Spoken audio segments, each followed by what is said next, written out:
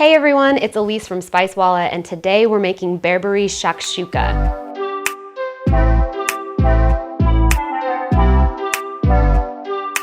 So shakshuka is a Middle Eastern dish that is a tomato-based sauce with poached eggs inside of it. And it's one of my favorite dishes. Of all the recipes I've developed for Spicewalla, this one is the one I repeat the most often in my kitchen at home. So we're featuring our Berbere blend today. If you're not familiar with this blend, you definitely should get to know it really well. It's such a special blend of spices. It's an Ethiopian blend that has a great balance of heat and a little bit of sweet and some warm notes in there as well. This is really gonna balance out the acidic tomatoey flavors in the shakshuka.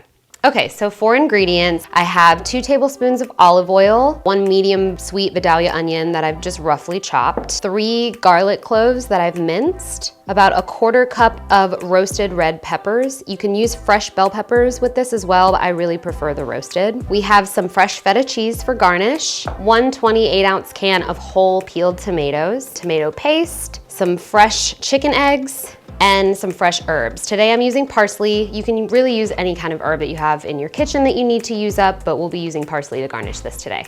So let's get started. Preheat your oven to 375 degrees. On the stovetop, heat the oil in the pan over medium heat. Add your onions and cook for about 4 minutes until translucent. Add minced garlic and the bell peppers. Cook another 2 minutes. You wanna make sure you keep moving this around the pan. You don't want your garlic to burn, especially if it's minced, it burns really quickly, so keep moving it around. All right, at this point, I'm going to add about a tablespoon of tomato paste. This is concentrated tomato paste. If you have it in the can, you can use 2 tablespoons, and then about a tablespoon of our Berbere. And this is gonna start smelling real good. So I want this tomato paste to just take on a little bit of color. It's a little orangey right now. So I want it to get almost like a deep orange. You'll kind of feel it start to stick to the bottom of the pan. That's okay. When we add the tomatoes, it'll actually deglaze the pan. So no worries if it starts to stick, but I just want it to get a little toasted. All right, this has darkened a little bit. We've got a little bit of stickage. So this is when we'll add our tomatoes, and you can add the juices and everything from the can. And like I said, you can use diced tomatoes, but I just really prefer to use San Marzano whole tomatoes.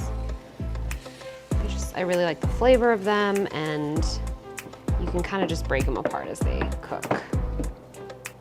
So we'll let this go for about 4 to 5 minutes until these tomatoes have really broken down and softened.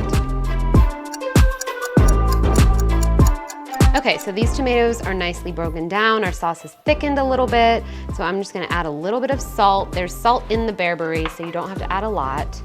Some fresh ground pepper. Mix that in really well, and then make 4 wells in the sauce for the eggs. Just wanna make sure that they're kind of evenly spaced out.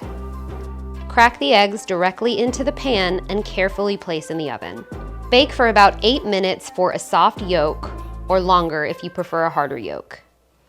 So I just removed this from the oven. It's been about 8 minutes, and I went ahead and garnished it with some fresh parsley and some feta cheese. You'll wanna serve this right away because you don't want the eggs to overcook.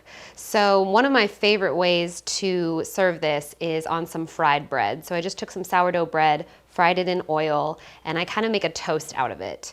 So you'll make sure to scoop underneath one of these eggs because you wanna make sure you get a whole egg with some extra sauce.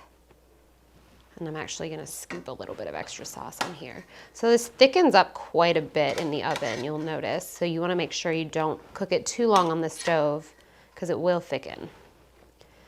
And then I like to garnish it with a little bit of extra feta and some fresh parsley on top. So that is how you make a Berbere Shakshuka. I hope you make this at home. This is really the perfect dish to make for brunch or a late night snack. And like I said before, it usually uses items that you already have in your pantry. So this is something I always have in my recipe Rolodex in my mind, and I hope you enjoy it too. Thanks for watching. Make sure you subscribe below, and we'll see you next time.